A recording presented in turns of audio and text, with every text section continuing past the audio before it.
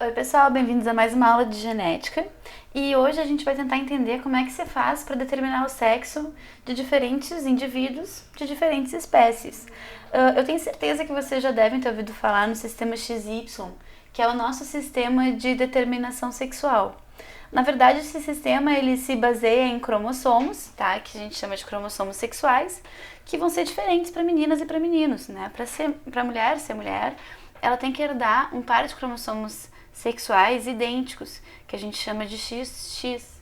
E para o menino, ser menino, ele herda dois cromossomos sexuais diferentes. Ele herda um cromossomo X, que é igual ao nosso, e ele herda um cromossomo que é exclusivo de homens, que é o cromossomo Y, tá? É um cromossomo, ele não tem formato de Y, mas ele é menorzinho e ele tem uma região, pessoal, que não pareia com a região do cromossomo X, né? Ou seja, existem regiões do cromossomo Y que compartilham genes com o X, mas existe uma região não homóloga, uma região cujo espaço é preenchido por genes exclusivos dos homens, né? Um exemplo desses é o gene SRY, que é um gene responsável pelos processos de masculinização, tá? As outras regiões a gente chama de regiões homólogas e a gente compartilha genes em comum, mas isso é assunto para a nossa próxima aula. Tá? Então esse aqui é o sistema XY. Não se esqueçam que assim, por exemplo, para nossa espécie, nós temos cerca de 46 cromossomos. Esses 46 cromossomos estão organizados em 23 pares cromossômicos. Ou seja, desses 46 cromossomos que tu tem, 23 vieram do pai, 23 vieram da mãe, 23 mais 23 dá 46. Esses cromossomos paternos e maternos, eles se combinam em pares. Esses pares a gente chama de pares de cromossomos homólogos. Desses 23 pares, nós temos 22 pares de cromossomos que a gente chama de cromossomos autossômicos. E tem um par que é o par de cromossomos sexuais, que é justamente esses caras que a gente está estudando aqui. Para ser menina, o par tem que ser idêntico, para ser menino, o par tem que ser diferente. Certo, gente? Bom, mas o sistema XY não é o único. Nós temos também o sistema X0. Nesse caso aqui, pessoal, nós temos uma certa peculiaridade. Nós temos também aqui organismos que são diploides, tá? 2N, assim como nós também somos 2N, né? Nossos cromossomos são organizados em pares. Aqui também temos cromossomos organizados em pares, só com exceção do par sexual. No caso do par sexual, para machos, eles têm um cromossomo apenas, um cromossomo X e mais nada. Por isso que a gente diz que eles são X0. E no caso das fêmeas, a gente tem fêmeas que são XX, tá? Mas são sempre diploides quando o assunto são cromossomos autossômicos, tá? Esse 2A significa dizer que eu tenho dois conjuntos de cromossomos autossômicos. Bom, sistema ZW, pessoal, é um sistema muito comum em aves, por exemplo. E aqui acontece o contrário do que acontece no sistema XX.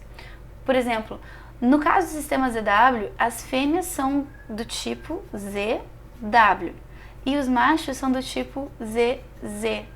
Ou seja, no caso do sistema ZW, quem tem cromossomos iguais são os machos e não as fêmeas, né? Isso é bem interessante da gente analisar. O que muda aqui? Tem um termo muito utilizado na biologia que é o seguinte: sexo heterozigótico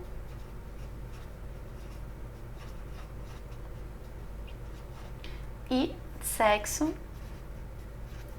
homozigótico.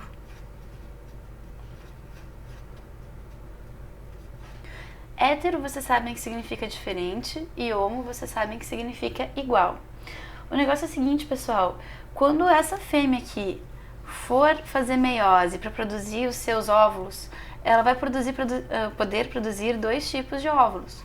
Ou um óvulo que contém o cromossomo Z, ou um óvulo que contém o cromossomo W. Isso faz com que ela produza diferentes tipos de gameta e por isso, nesse caso, no caso do sistema ZW, as fêmeas são o sexo heterogamético, porque elas podem produzir diferentes tipos de gametas. E no caso dos machos do sistema ZW, quando ele for fazer meiose, ele só vai conseguir fazer um único tipo de espermatozoide, que carregue o cromossomo Z, porque é só isso que ele pode apresentar. Então, nesse caso aqui, a gente vai ter o macho como sendo o nosso sexo homozigótico, tá, gente? Se vocês fizerem um paralelo com o sistema XY, que é o nosso, vai ser o contrário. No nosso caso, a fêmea é XX, então o único tipo de óvulo que a fêmea pode produzir é o óvulo X. Então, no caso, a fêmea do sistema XY, né, é homozigótico. E no caso do sistema XY para machos do sistema XY, vocês sabem que macho, para ser macho, tem que ser XY.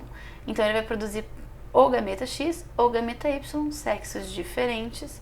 Portanto, para XY, o sexo heterozigótico é o masculino. Para ZW, o sexo heterozigótico é o feminino, tá? Mais um detalhe importante, pessoal, sobre isso aqui é que é o seguinte: nem todos os tipos de animais vão ter o seu sexo determinado apenas por cromossomos sexuais, como são esses sistemas aqui. Outros animais vão ter o seu sexo determinado ou pela temperatura do ninho ou pela ploidia. Fêmeas diploides, machos haploides. Mas isso é assunto para o nosso próximo vídeo. Beijão e até a próxima!